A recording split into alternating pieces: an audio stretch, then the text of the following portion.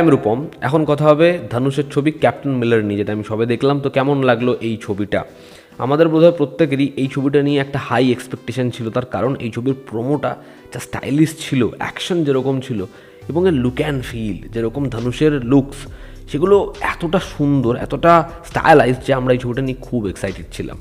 আমাকে যদি এই ছবিটার রিয়াকশান এক লাইনে দিতে হয় তাহলে আমি বলবো এই ছবিটা একটা ওকে ওকে সিনেমা হয়ে গেছে।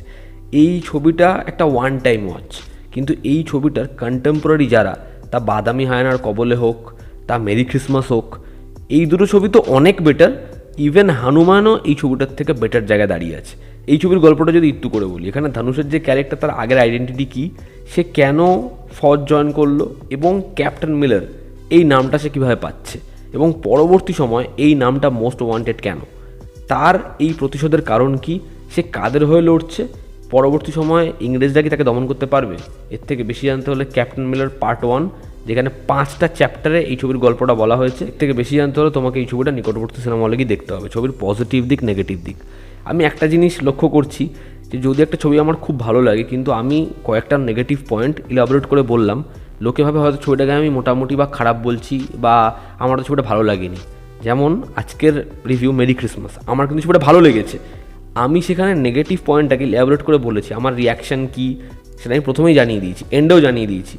তা সত্ত্বেও যেহেতু নেগেটিভ পয়েন্ট আছে অনেক, লোকে ভাবে যে হয়তো ছবিটা আমার ভালো লাগেনি। তো সবসময় কিন্তু এটা প্রয়োজনীয় নয় যে আমি বেশি নেগেটিভ পয়েন্ট বলছি বলে ছবিটা আমার খারাপ লেগেছে। হয়তো ছোটো ছোটো পয়েন্ট কিন্তু অনেকগুলো, সেটা আমি বলছি। তোমরা তো শুরুতে এবং শেষে রিয়াকশান দেখলে বুঝেই যাও ছবি কেমন লেগেছে। যাই হোক, আমরা যদি ক্যাপ্টেন মিলারে আসি, তো ক্যাপ্টেন মিলারের প্রথম যেটা পজিটিভ দিক সেটা হচ্ছে এই ছবির অ্যাকশন, যেটা দেখতে ভালো লাগে এবং সেটা আমাদেরকে মজা দিতে পারে। ছবিতে ফাইনাল যে সিকোয়েন্স, সেখানে যেভাবে বন্দুক চালাবে, যেরকমভাবে সেখানে ব্লাডশেড, যেরকমভাবে ব্লাস্ট হচ্ছে, যেভাবে সেটাকে বিল্ড করা, সেটা দেখতে মজা লাগে। জায়গা রয়েছে ঘরের মধ্যে ইংরেজদের বন্দি করে দিয়ে সে জানলা দিয়ে গুলি চালাবে, আমরা ট্রেলারে ছোট্টটা পোর্শন দেখি, সেই জায়গাটা তুমি মজা পাবে। এরকম কিছু হাই হাই পোর্শন রয়েছে যেখানে একজন সুইসাইড করবে এবং তার বডিটা বলবে এই আগুনের মধ্যে ফেলে দিতে, ধানুষ গিয়ে তাকে ফেলে দেবে। ওই যে সিকোয়েন্সটা, তো এরকম ধরনের কিছু সিকোয়েন্সেস রয়েছে যেটা ভালো লাগে। তো ছবির অ্যাকশন খুবই ভালো, সেটাকে যত্ন নিয়ে করা হয়েছে, পয়সা ওসুল অ্যাকশন। দ্বিতীয় হচ্ছে এখানে ধানুষকে এখানে হেভি লেগেছে, ধানুষের পারফরমেন্স জাস্ট টপ নচ। যেরকম তার লং হেয়ারে, যেরকম তার বিয়ার্ড রেখে, বা যখন সে চুলটা বেঁধে রেখেছে, যখন মুখের মধ্যে ওড়না উড়িয়ে রেখেছে, তো তাকে না খুব সুন্দর লেগেছে প্রত্যেকটা ফ্রেমে। বা একদম প্রথম দিকে যখন সে অসহায় ছিল, ধানুষ খুব ভালো পারফরমেন্স দিয়েছে। মানে এরা হচ্ছে জাত অভিনেতা। যদি ছবিতে সেরকম কিছু নাও থাকে, খালি এদেরকে একটা জায়গা দিয়ে দাও, এরা নিজের জায়গা আপনি বাদবাকিটা বের করে নেবে। তো ধানুষের পারফরমেন্স ব্যাপক। ধানুষ একা গোটা ছবির অ্যাভারেজ পারফরমেন্সকে একা নিজে টেনে পুষিয়ে দিয়েছে। থার্ড হচ্ছে এই ছবির লুক অ্যান্ড ফিল, ছবির মেকিং, যেটা ডেফিনেটলি স্ট্রং। এই ছবিতে যেরকমভাবে ছবিটাকে শ্যুট করা, আপনি দেখলেই বুঝতে পারবেন ছবিটার মধ্যে পয়সা খরচা করা হয়েছে। ওয়াইড শটে এত আর্মি আসছে, 5-6 জন অফিসারকে, মানে ইংরেজদেরকে বেঁধে রেখেছে, সেখানে ব্লাস্ট হচ্ছে। ওই গ্র্যান্ডারটা তৈরি করতে যে কী খাটনি, বা এখানে যখন মন্দিরটাকে দেখানো হচ্ছে সবাই তাকিয়ে রয়েছে, রাতের দৃশ্যগুলো যেরকম, প্রথম দিকে ছবিটার একটা জায়গা রয়েছে যে সবাই আগুন ঘিরে নাচ করছে, আপনি খালি ওই জায়গাটা ট্রিটমেন্ট দেখবেন। বা এখানে একটা সিকোয়েন্স থেকে সে ভাবছে তার সাথে কী হয়েছিল, তো ইন্টারকাটে ওগুলো জাগলারি করে আছে, এবং সেখানে মিউজিকের ট্রিটমেন্ট দেখবেন। ছবিতে ব্যাকগ্রাউন্ড স্কোরটাকে খুব ভালো মতো ব্যবহার করেছে। তবে আমরা ট্রেলারে যে পোর্শনটা পাই, যেটা আমাদের গুজবাম্পস দেয়, সারা ছবিতে সেরকমভাবে কিন্তু ব্যাকগ্রাউন্ড স্কোর ট্রিট করা নেই। এবং লিওতে আপনাদের মনে আছে ওই ইগলস আই দিয়ে একটা তারা অ্যাকশন সিকোয়েন্স তৈরি করেছিল, যখন লিওর বোনের ওই পোর্শনটা হবে, তো সেটা পুরোপুরি বার্ডস আই থেকে নেওয়া। এখানে ওরকম একটা সিকোয়েন্স রয়েছে, বাইক নিয়ে লরিকে চেস করছে এবং বার্ডস আই থেকে নেওয়া, তো সেটা ভালো লাগে। ছবির প্রথম 30-40 মিনিট আমি জানি না কে স্ক্রিন প্লে লিখেছে, সেটাই ছবির সব থেকে ভালো জায়গা, যেখানে এই ছবিটা খুব ইন্ট্রিগিং এবং ছবিটা দেখতে আমরা এক্সাইটেড হই। এই ছিল এই ছবির পজিটিভ দিক। এবার যদি ছবির নেগেটিভ দিক বলি, কারণ ছবির মধ্যে অনেকগুলো নেগেটিভ দিক রয়েছে। প্রথম নেগেটিভ দিক হচ্ছে এই ছবির গল্প। ছবির গল্পের মধ্যে জাস্ট সেরকম কিছু নেই, মানে 40 মিনিট ওভার হয়ে যায়, এবার আমরা জানি কি হবে, এবং বিশ্বাস করো ছবিটার মধ্যে তাই হয়। সেকেন্ড হাফে ছবিটা হাত থেকে পুরো বেরিয়ে গেছে, গল্পের মধ্যে কিচ্ছু নেই, কোনো নতুন ক্যারেক্টার নেই, নতুন কোনো এলিমেন্ট নেই।